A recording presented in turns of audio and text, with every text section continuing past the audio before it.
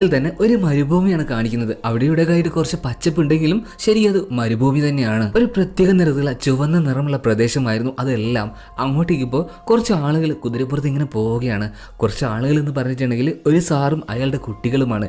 എന്തോ ചെറിയ എക്സ്കർഷൻ അങ്ങനെ എന്തോ പോവുകയാണ് കേട്ടോ. പിന്നീട് ആ ഒരു ഗ്രൂപ്പ് ഒരു മലയുടെ താഴ്വാരത്തിൽ എത്തുകയാണ്. ഈ സമയത്ത് ആ ഒരു സാറ് കുട്ടികൾക്ക് പറയുന്നുണ്ട്, നിങ്ങൾ ഇനി ഇവിടെയുള്ള എല്ലാ സ്ഥലവും പോയി കണ്ടാലും, പക്ഷെ ഒരു കാര്യം ഓർക്കുക, ആ തുരങ്കത്തിലേക്ക് ചെന്ന് കയറിയിട്ടുണ്ടെങ്കിൽ ചിലപ്പോൾ വഴി തെറ്റാൻ സാധ്യതയുണ്ട്. അതുകൊണ്ട് തന്നെ എല്ലാവരും കൂട്ടത്തോടു കൂടെ മാത്രം പോവുക. ഈ ഒരു പ്രദേശം എന്ന് പറയുന്നത് എന്താ പറയാ, പൗരാണികമായിട്ട് വളരെയധികം പ്രത്യേകതയുള്ള ഒരു പഴയ സിവിലൈസേഷൻ ഉണ്ടായിരുന്ന ഒരു സ്ഥലമായിരുന്നു. ആ കൂട്ടത്തിൽ ഒരു 2 പിള്ളേര്, കുറച്ച് തടിയുള്ള ഒരു പയ്യനും പിന്നെ മറ്റൊരു പയ്യനും. ആ ചെറിയ പയ്യന്റെ പേരാണ് ഇന്ത്യാന ജോൺസ്. ഇപ്പൊ ഇവര് 2 പേരും ബാക്കിയുള്ള കൂട്ടിൽ നിന്ന് തെന്നി മാറിയിട്ട് ഒരു രഹസ്യമായിട്ട് തന്നെ അവിടെയുള്ള ഒരു തുരങ്കത്തിന്റെ ഉള്ളിലേക്ക് പോയിക്കൊണ്ടിരിക്കുകയാണ്.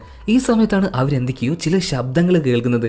ഇന്ത്യാന ജോൺസ് പെട്ടെന്ന് തന്നെ അവന്റെ കൂട്ടുകാരനെ വിളിച്ചിട്ട് ആ ശബ്ദം കേട്ട ആ ഒരു ഗുഹയുടെ ഉള്ളിലേക്ക് പോവുകയാണ്. അവിടെ അവർ കണ്ട കാഴ്ച അവരെ ഞെട്ടിച്ചു കളഞ്ഞു. കാരണം ആരുമില്ലാത്ത പ്രദേശമാണെന്ന കരുത്താണ് അവരിങ്ങോട്ടേക്ക് എത്തിയിട്ടുള്ളത്. അതാ അവരവിടെ നോക്കുമ്പോൾ കുറച്ച് താഴെ ആ ഗുഹയുടെ താഴ്ഭാഗത്തായിട്ട് ചെറിയൊരു കുഴിയുണ്ട്. അതിന്റെ ഉള്ളിലൂടെ നോക്കുമ്പോൾ അതിന്റെ ഉള്ളിൽ ചെറിയൊരു ഹാളാണ്. അതിന്റെ ഉള്ളിലായിട്ട് ഒരു 4 ആളുകൾ എന്തൊക്കെയോ ചെയ്തുകൊണ്ടിരിക്കുന്നുണ്ട്. കുഴിക്കുകയാണെന്ന് തോന്നുന്നു. അപ്പൊ 4 പേരിൽ പ്രധാനിയായിട്ടുള്ള ഒരാൾ ഒരു തൊപ്പിയൊക്കെ വെച്ചിട്ട് നല്ല വസ്ത്രമൊക്കെ ധരിച്ച ഒരാൾ, അയാളുടെ അടുത്തേക്ക് കുഴിച്ചുകൊണ്ടിരിക്കുന്ന ബാക്കിയുള്ള ആൾക്കാരുണ്ടല്ലോ, അവരവിടെ കുഴിച്ചിട്ട് എന്തോ കിട്ടിയിട്ടുണ്ട്.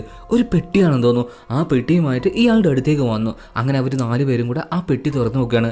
അതിൽ സ്വർണത്തിന്റെ ഒരു കുരിശുണ്ടായിരുന്നു. ആ കുരിശ് എന്ന് പറയുന്നത് വളരെയധികം പഴക്കമുള്ള ഒരു വസ്തു തന്നെയായിരുന്നു, ഒരു പുരാവസ്തു തന്നെയായിരുന്നു എന്ന് പറയാം. വിറ്റിട്ടുണ്ടെങ്കിൽ നല്ല കാശ് കിട്ടും. അതുപോലെ തന്നെ ഇവരിപ്പോൾ സന്തോഷത്തിലാണ്. ഈ ഒരു കാഴ്ചയൊക്കെ മുകളിൽ നിന്നിട്ട് ഇന്ത്യാന ജോൺസും ആ കൂട്ടുകാരനും കാണുന്നുണ്ട്. ഇന്ത്യാന ജോൺസിന് ചെറുപ്പം മുതലേ ഇങ്ങനെയുള്ള കാര്യങ്ങളൊക്കെ അറിയാം. അവൻ പറയുകയാണ്, ആ കുരിശ് ഏതോ ഒരു എന്താ പറയാ, ഏതോ ഒരു സിവിലൈസേഷന്റെ ഭാഗമാണ്, ഏതോ ഒരു രാജാവിന്റെ ആണെന്നൊക്കെ ഇങ്ങനെ പറയുന്നുണ്ട്. എങ്ങനെയെങ്കിലും അവരുടെ കയ്യിൽ നിന്നും അത് തട്ടിയെടുത്തിട്ട് അത് മ്യൂസിയത്തിലേക്ക് എത്തണമെന്ന് കുട്ടിയായിട്ടുള്ള അല്ലെങ്കിൽ യുവാവായിട്ടുള്ള ഇന്ത്യാന ജോൺസ് അവന്റെ കൂട്ടുകാരൻ്റെ അടുത്ത് പറയുകയാണ്. ഇപ്പൊ ഇന്ത്യാന ജോൺസ് പറഞ്ഞു, നീ ആദ്യം പോയിട്ട് പോലീസുകാരെ കൂട്ടിയിട്ട് വാ. അങ്ങനെ ആ പയ്യൻ അവിടുന്ന് പോയി. ഇന്ത്യാന ജോൺസ് എന്ത് ചെയ്തു, ഒരു കയർ ഉപയോഗിച്ചിട്ട് ഇവരറിയാതെ തന്നെ അതിന്റെ ഉള്ളിലേക്ക് ഇറങ്ങിയാണ്. ഇവരവിടെ കുഴിച്ചുകൊണ്ടിരിക്കുകയാണോ.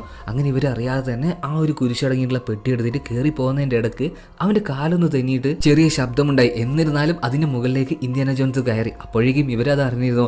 അങ്ങനെ ഇവർ 4 പേരും ഇന്ത്യാന ജോൺസിന്റെ പിറകിൽ തന്നെ വരുന്നുണ്ട്. ഇന്ത്യാന ജോൺസ് പെട്ടെന്ന് തന്നെ അവിടുന്ന് ഇറങ്ങി ഓടി അവന്റെ കുതിരയുമായിട്ട് അവിടുന്ന് പോവുകയാണ്. ഇതേ സമയം അങ്ങോട്ടേക്ക് വന്ന, അതായത് ആ നിധി കുഴിച്ചെടുത്ത ആൾക്കാരൊക്കെ അവരുടെ വാഹനങ്ങളുമായിട്ട് ഇന്ത്യാന ജോൺസിന്റെ പിന്നാലെ തന്നെയുണ്ട്. ഒരു ട്രക്കും ഒരു കാറും, അതായത് വലിയ ഗ്രൂപ്പ് തന്നെയാണ് ഈ ഒരു സാധനത്തിന് വേണ്ടി നടക്കുന്നത്. ഇന്ത്യന്റെ കയ്യിലാണെങ്കിൽ ഒരു കുതിരയാണുള്ളത്. അധികം നേരം ഓടിയിട്ടുണ്ടെങ്കിൽ പിടിച്ചു നിൽക്കാൻ കഴിയില്ല എന്ന് ഇന്ത്യന് മനസ്സിലായി. അപ്പൊ അതാ അതിലൂടെ ഒരു ട്രെയിൻ പോകുന്നു. പെട്ടെന്ന് തന്നെ ഇന്ത്യാന ജോൺസ് ആ കുതിരയിൽ നിന്നും ട്രെയിനിലേക്ക് ചാടി കയറുകയാണ്. ആ ട്രെയിൻ എന്ന് പറയുന്നത് മൃഗങ്ങളെയൊക്കെ കൊണ്ടുപോകുന്ന ഒരു ട്രെയിൻ ആയിരുന്നു. പിന്നെ ഇന്ത്യനെ പിടിക്കാൻ വന്ന ആൾക്കാരും ആ ഒരു ട്രെയിനിലേക്ക് എടുത്തു ചാടുകയാണ്. അതിന്റെ ഓരോ ബോഗിയിലേക്കും കയറി നോക്കുമ്പോൾ ഓരോ തരത്തിലുള്ള മൃഗങ്ങളാണ്.